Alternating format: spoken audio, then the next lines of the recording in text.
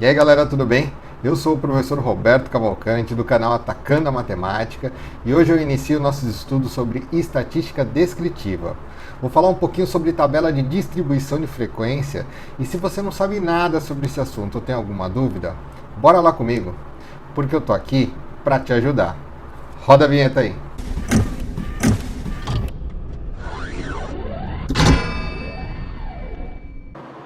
Vamos lá, gente, olha só. Hoje eu vou falar um pouquinho sobre tabela de distribuição de frequências. É importante a gente lembrar que a gente está falando sobre estatística, né? E a estatística nada mais é do que uma linha da matemática que estuda a coleta, a organização e a análise de dados de uma pesquisa. Então, nessa parte de organização de dados, que a gente chama de estatística descritiva, é que está inserido justamente essa tabela de distribuição de frequências. É onde a gente pega os dados de uma pesquisa e organiza esses dados numa tabela, ok? E é isso que a gente vai fazer hoje. Eu comecei aqui com um exemplo de notas de 40 alunos, no caso da disciplina de estatística, tá? São notas fictícias aqui. Então eu tenho 40 alunos, é o que eu chamo de dados brutos, ok? E a primeira coisa que a gente vai fazer aqui é organizar esses dados. E quando eu organizo os meus dados em ordem crescente ou decrescente, tanto faz, é o que a gente chama de rol na estatística. Então, toda vez que você ouvir falar em rol na estatística, são os dados organizados em ordem crescente ou decrescente, ok? A partir desse momento, a gente vai agora montar uma tabela de distribuição de frequência. Tudo bem? Bora lá! Olha só, gente, aqui é a nossa tabela de distribuição de frequências. É aqui que eu vou pegar aquelas 40 notas e vou organizá-las em forma de classes de informações. O que é isso, professor? Bom, primeiro que o meu N é igual a 40, né? É a quantidade de informações.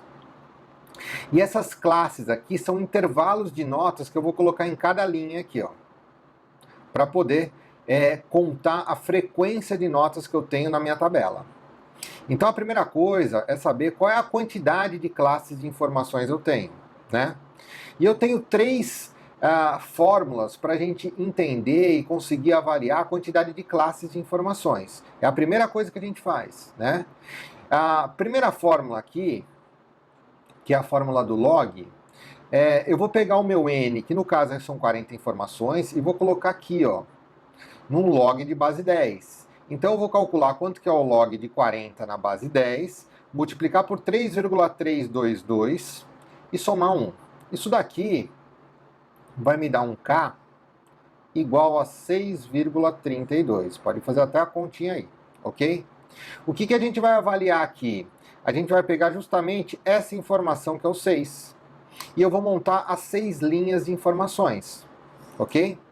Eu posso pegar essa fórmula aqui também para me dar a quantidade de classes de informações, o meu K. E eu posso fazer a raiz quadrada de 40, que no caso aqui também me dá 6,32, ok? E eu também pego esse número 6 aqui, que é justamente a quantidade de classes que eu vou colocar lá. Ou eu posso ainda utilizar esse meu terceiro critério aqui, que é o critério da desigualdade, onde eu vou estipular um K, aqui em cima, que seja maior ou igual ao meu N. Então, isso daqui é uma maneira da gente justificar a quantidade de classes de informações, e esse K aqui também vai me dar igual a 6, porque 2 elevado a 6 é igual a 64, e é a primeira informação superior a 40, né? Então aqui eu tenho 6 classes, 6 classes, 6 classes, pelos 3 critérios, que eu posso utilizar qualquer um dos 3 critérios, né? Depois a gente define mais ou menos qual critério eu vou utilizar com qual quantidade de N, né? Mas eu posso utilizar os 3 critérios aqui, com esse N de 40, para observar a quantidade de classes de informações. No caso, os 3 critérios me deram 6 classes, e é isso que eu vou utilizar. Tudo bem? Bom, gente, olha só, depois que eu estipulei as classes de informações, que no caso são 6 classes, que é o meu K, eu vou distribuir as minhas notas nessas classes de informações, ok? Os intervalos de notas. E é importante a gente falar que agora o nosso próximo passo é achar justamente a amplitude de cada classe. Ou seja, qual o intervalo que eu vou colocar em cada classe aqui? Eu sei que a minha menor nota é 1,5, né? Minha maior nota é 10. Mas a primeira coisa que eu vou estipular aqui é a amplitude total. Qual a amplitude total dos meus dados? Eu vou pegar o maior dado, subtrair do menor dado, no caso 10 menos 1,5, me dá a amplitude total. Isso eu faço justamente para a gente achar a amplitude da classe. E a amplitude da classe nada mais é do que o meu Hzinho, né, onde eu pego a amplitude total e divido pela quantidade de classes. Então veja bem, agora que eu tenho a amplitude total 8,5 dividido por 6 classes, me dá 1,41, que é justamente a amplitude de cada classe que deveria estar aqui, né? Que no caso, e não vai ter problema nenhum, eu vou arredondar para 1,5.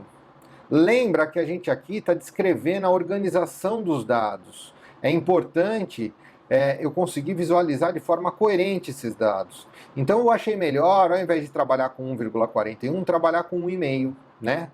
E esse 1,5 ele vai aonde?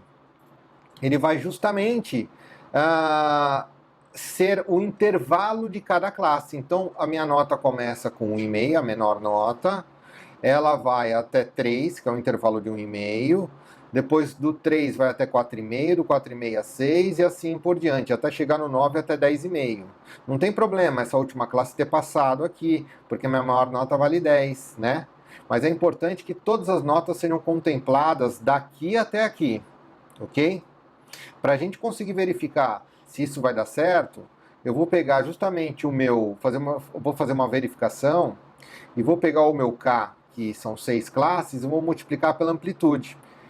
E esse valor que der aqui tem que ser maior que esse, ok? Para dar certo, para caber todos os meus dados nessa amplitude total, ok? Tudo bem? Vamos lá? Olha só, gente, aqui tem a nossa tabela de distribuição de frequências, onde ela já está praticamente montada, né? O que a gente fez até agora? A gente achou a quantidade de classes de informações, que é o meu K, são 6. Em cada uma dessas classes, eu já achei o intervalo de notas. E o que eu vou fazer agora? Eu vou pegar, por exemplo, nesse intervalo de notas, nessa primeira classe, eu vou verificar no meu rol qual é a frequência que eu tenho de notas nesse intervalo. E aí eu vou ter que olhar aqui e verificar e contar essas informações, colocando o número de frequência de informações que eu tenho aqui, ok? Mas como é que eu vou olhar esse intervalo? Bom, aqui na primeira classe eu tenho notas maiores ou iguais a 1,5 e menores que 3. Então esse intervalo aqui é um intervalo aberto e fechado, ou seja, ele é fechado. Vou até colocar aqui mais para cima.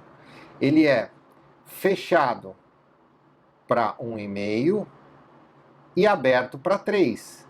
Isso quer dizer o quê?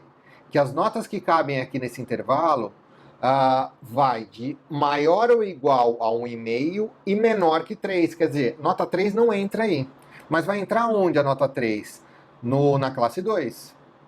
Então aqui na classe 1 só vão caber notas maiores ou iguais a 1,5 e menores que 3. E aí eu olho aqui no rol e verifico que notas maiores ou iguais a 1,5 e menores que 3, eu só tenho 1, 2, 3.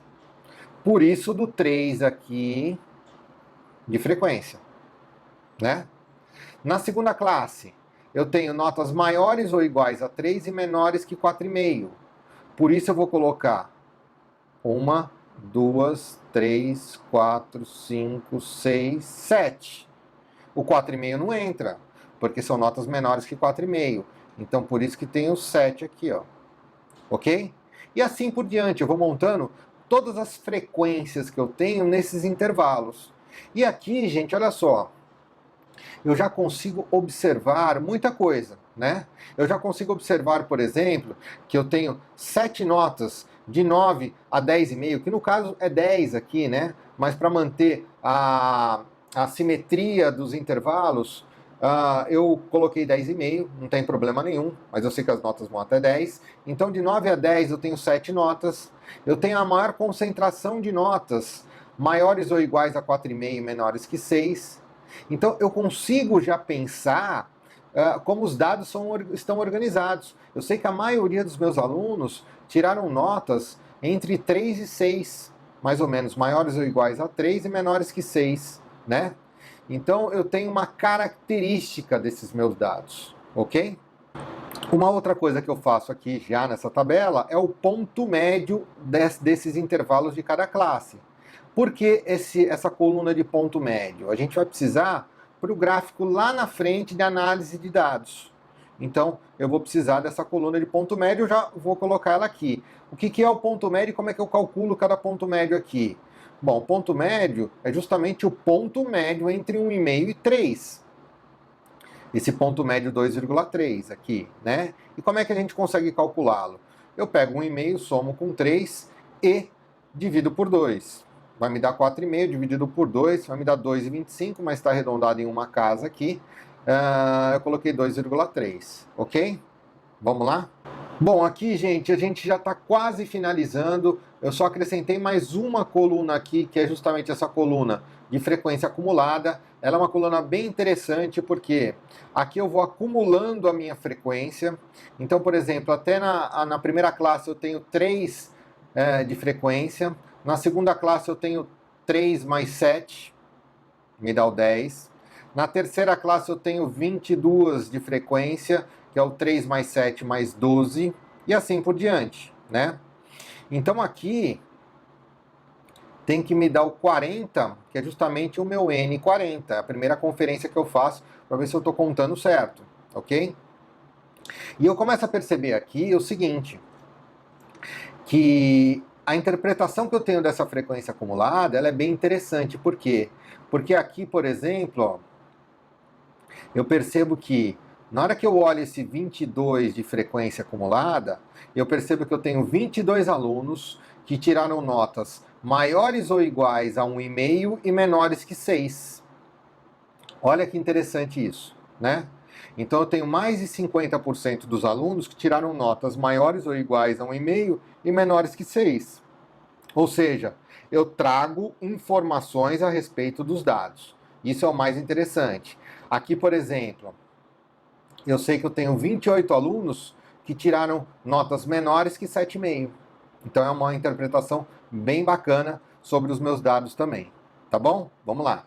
Bom, aqui a gente já terminou a tabela de distribuição de frequências. Aqui eu só acrescentei o que? A frequência relativa é justamente a porcentagem da frequência, né? Então eu sei que 12 é 30% de 40 dados, né? E a frequência relativa acumulada é a porcentagem da frequência acumulada. Então, por exemplo, eu vou pegar aqui, ó, essa linha aqui, que é a classe 3, e vou observar todas as informações que são dadas aqui, ó. Então eu sei, por exemplo, que 12 alunos tiraram notas maiores que 4,5 e menores que 6. Eu sei que esses 12 alunos representam 30% da minha amostra. Eu sei também que 22 alunos tiraram notas menores que 6, que representa 55% da minha amostra. Olha que bacana. Veja bem, eu não estou tirando conclusão nenhuma. Eu só estou organizando os meus dados e estou melhor visualizando esses dados, né? Eu estou vendo as características desses dados, ok? Vamos para os gráficos agora. Bom, aqui eu tenho um primeiro gráfico, que eu chamo de histograma. Acho que é o gráfico, um dos gráficos mais importantes que a gente tem na estatística, onde eu relaciono duas colunas aqui.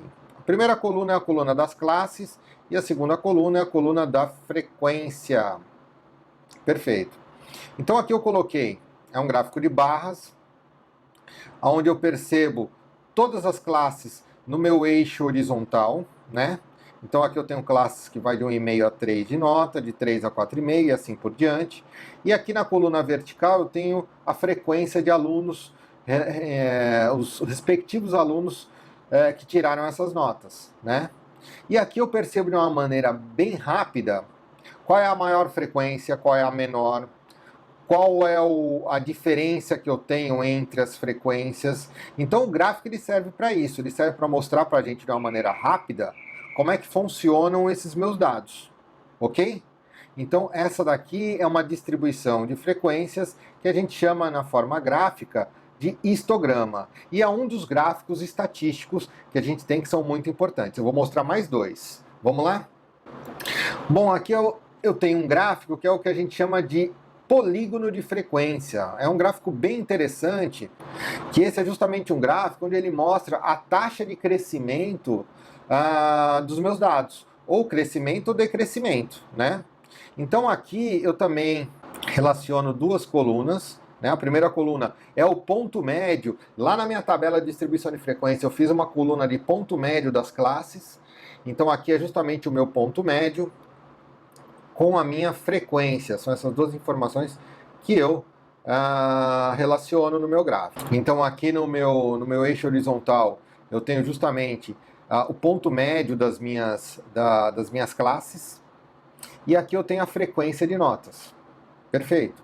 E eu tenho certeza que aqui, ó, o ponto médio da minha primeira classe, ela tem 3 de frequência e ela sobe para 7 de frequência na segunda classe. Que sobe para 12 de frequência na terceira classe. E desce para 6 de frequência na quarta classe. Para 5 de frequência na quinta classe. E na sexta classe sobe para 7 de frequência.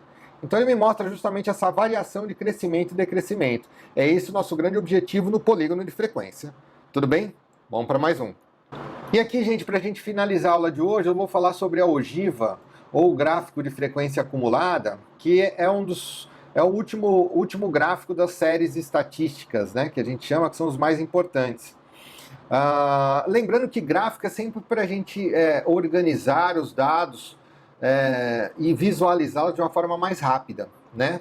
Aqui eu lido com o limite inferior de cada classe e a frequência.